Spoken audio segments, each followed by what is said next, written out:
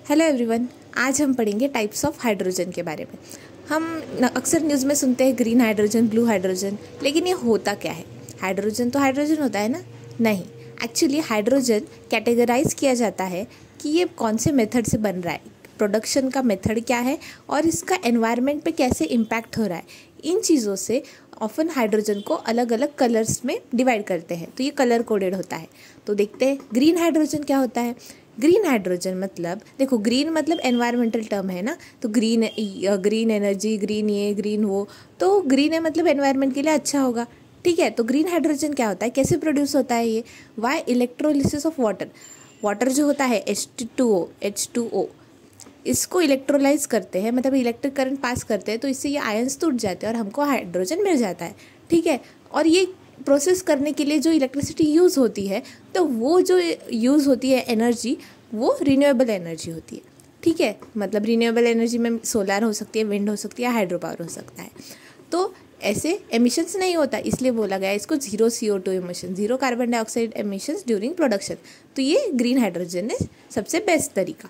ठीक है, फिर ब्लू हाइड्रोजन किस चीज़ से बनता है? ये नेचुरल गैस से बनाते हैं वाया एक मेथड है स्टीम मीथेन रीफॉर्मिंग।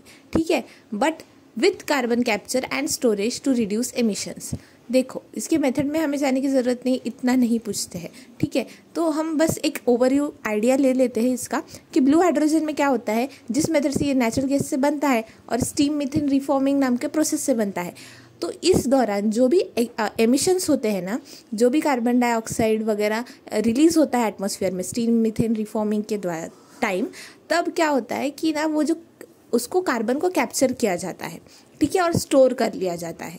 ठीक है, तो इससे क्या हो जाता है, रिड्यूस हो जाते हैं एमिशंस, मतलब सब हवा में नहीं जा रहे, हमने कुछ को स्टोर कर लिया, कैप्चर कर लिया और फिर बाकी कुछ अलग यूज़ करेंगे, तो इसलिए रिड्यूस हो जाएंगे ना एमिशंस। तो इसमें ना के बराबर तो नहीं है, लेकिन लो कार्बन है एकदम, सब फुल प्रूफ जीरो तो एमिशंस नहीं होते, लेकिन लो कार्बन एमिशंस होते हैं ऐसा, लेकिन फुल्ली एमिशन फ्री नहीं है। तो ये ब्लू हाइड्रोजन होता है। अभी इसका सेम ग्रे हाइड्रोजन में क्या होता है, सेम स्टीम मीथेन रिफॉर्मिंग से ही बनता है ग्रे हाइड्रोजन भी, लेकिन यहाँ पे कार्बन कैप्चर नहीं करेंगे, वहाँ पे किया था तो ब्लू हाइड्रोजन हो गया। ग्रे मतलब नहीं करेंगे, हाई CO2 एमिशंस हो गए ना, फिर तो देखो तो ये खराब हो रहा है तो ग्रे कलर याद रखना, और ये उसका थोड़ा अच्छा है तो उल्टा ब्लू हाइड्रोजन, क्योंकि ग्रीन में तो बिल्कुल ही नहीं था।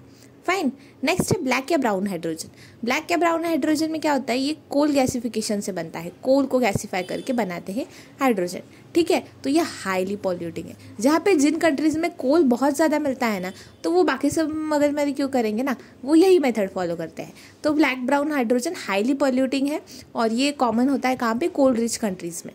फिर आता है पिंक हाइड्रोजन। अभी पिंक हाइड्रोजन क्या है, ये ना इलेक्ट्रोलिसिस से ही प्रोड्यूस होता है, मतलब वही चीज़ H2O को तोड़कर।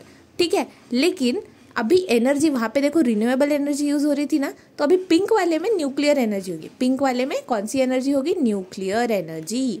फाइन, तो यहाँ पे भी थोड़ा लो कार्बन एमिशंस है, लेकिन ये कॉन्ट्रोवर्शियल क्यों है पता है, क्योंकि न्यूक्लियर वेस्ट जनरेट होता है ना। नहीं तो हम ये ग्रीन हाइड्रोजन की जगह पिंक हाइड्रोजन यूज़ कर लेते, लेकिन न्यूक्लियर एनर्जी की वजह से न्यूक्लियर वेस्ट जमा होता है, इसलिए ये भी मतलब इतना एफिशिएंट नहीं है, तो लो कार्बन एमिशंस।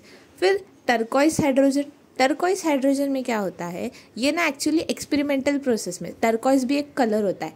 ठीक है, तो टर्कोइस हाइड्रोजन एक होता है, तो इसमें ना ये मीथेन पायरोलिसिस से बनाया जाता है, मतलब स्प्लिट करते हैं मीथेन को हाइड्रोजन और सॉलिड कार्बन में।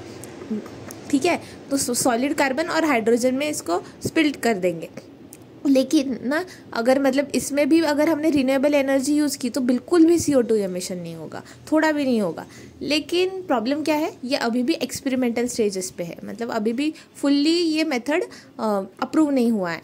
ठीक है, अभी भी एक्सपेरिमेंट्स चल रहे हैं कि क्या हो सकता है, किया जा सकता है, नहीं किया जा सकता है, कैसे ऐसा।